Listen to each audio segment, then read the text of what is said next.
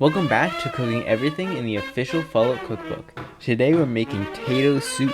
Don't forget to subscribe and vote for what to make next in the comments below. Once again, start with prep. You're going to want to peel and cut into 1-inch thick slices, half a large sweet potato, half a large russet potato, and 1 medium carrot. You're then going to cut 3 whole tomatoes into 8 portions, each into 8 portions.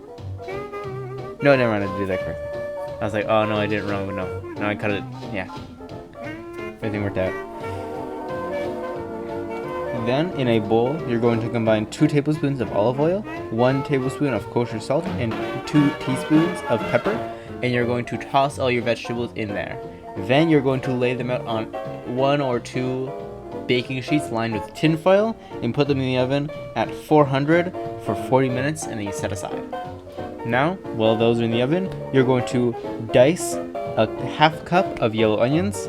You're going to dice a 1/4 cup of shallots. You're going to dice a half a cup of leeks. You're going to dice 1 small fennel bulb. And then you're going to slice some green onions for garnishing, just so you don't have to do it later. Now, in a large pot, you're going to melt 4 tablespoons of butter. And then you're going to throw in your onion, shallots, leeks, and fennel. And you're going to cook those until they're soft, which will be about 8 to 15 minutes, which is a long range that I didn't realize until now. Once they're soft, you're going to sprinkle in 1 teaspoon of dried thyme, 1 teaspoon of dried sage, and a 1/4 teaspoon of red pepper flakes.